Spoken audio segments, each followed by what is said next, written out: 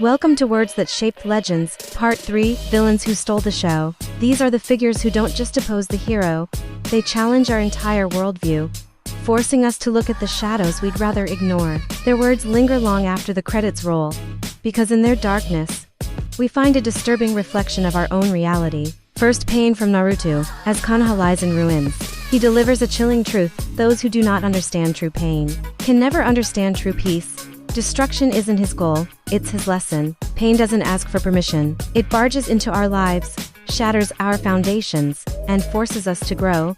It's a brutal teacher, but its lessons create a perspective that comfort never could. Peace born from ignorance is fragile. True peace, he argues, must be forged in the fires of shared suffering. Then we have Madara Uchiha, a man who saw the cycle of hatred and war repeat endlessly. He stands on a battlefield and declares, "Wake up to reality. Nothing ever goes as planned in this accursed world." This isn't just villainous boasting, it's the voice of profound disillusionment. When every dream of peace is met with bloodshed, when hope fails time and time again, the temptation to escape reality itself becomes overwhelming. His infinite Tsukuyomi is not just a plan for world domination, it's a desperate, twisted attempt at eternal salvation. From the world of Death Note, Light Yagami takes this desire for control to a terrifying extreme, with a laugh that echoes his descent into madness. He proclaims, "I will become the god of the new world." Light's journey is a cautionary tale about righteousness without restraint. He started with a noble goal to rid the world of evil, but absolute power corrupted him absolutely. The scariest villains are often the ones who believe they are the heroes, convinced their brutal methods are justified by a righteous cause. Justice without limits becomes its own form of tyranny. Now, enter the Whisper. Johann Liebert from Monster doesn't need grand speeches or displays of power. With a gentle smile, he poses a terrifyingly simple idea: the only thing all humans are equal in is death. He is the embodiment of nihilism, a void that consumes meaning. He doesn't destroy cities.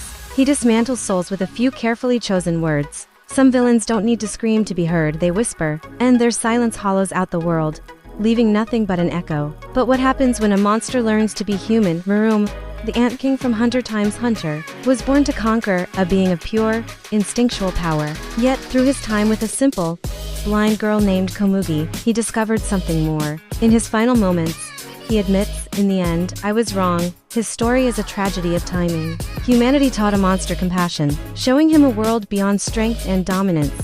But this profound understanding arrived too late, at the very end of his life. In stark contrast is Frieza from Dragon Ball Z, the embodiment of pure, unadulterated arrogance. As planets crumble around him, his laughter is that of a tyrant who has never known a true challenge. "You dare challenge me" is not a question. It's an expression of disbelief that anything could possibly oppose his will.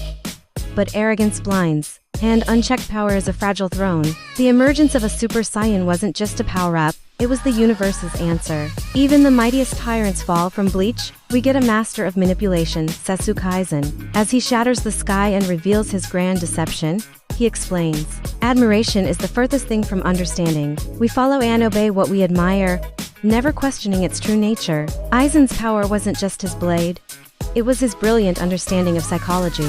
The greatest control isn't achieved through force, but by making people believe they chose their own chains. His entire betrayal was, chillingly, all according to plan. Then there is the price of a dream. Griffith from Berserk had a vision so powerful, so all-consuming, that he would do anything to achieve it. Amid the hellish landscape of the eclipse, as he sacrifices everything he ever cared for, he justifies it simply: "If I must sacrifice, then so be it." His is the ultimate story of ambition without empathy. A dream meant to build a kingdom was fueled by the ashes of those who helped him dream it. It's a terrifying reminder that our highest aspiration can lead to our deepest damnation. Justice will prevail, of course it will. Whoever wins becomes justice. This is the cynical, brutal philosophy of Don Quixote Doflamingo from One Piece. Laughing maniacally as his birdcage closes in on an entire country, he exposes the lie we tell ourselves about history. There is no absolute good or evil, only power. The victor dictates the narrative, defines justice, and buries the truth of their crimes. History is not written by the righteous, but by the winners. Finally, we have Shogo Makishima from Psycho Pass, a man who reads calmly while the world burns around him. In a society that has outsourced morality to a machine, he asks the most dangerous question of all: is society truly humane if it denies free will? He isn't a mindless anarchist, He's a philosopher with a bomb. By exposing the flaws in a seemingly perfect system, he forces us to confront uncomfortable truths. A villain who asks questions is far more dangerous than one who gives orders, because they challenge not just our safety but our beliefs. From Pain's forced empathy to Makishima's defense of free will, these villains are more than just antagonists. They are dark mirrors reflecting the fears, flaws, and uncomfortable questions of our own world. They steal the show because their philosophies are as compelling as they are terrifying. Thanks for watching.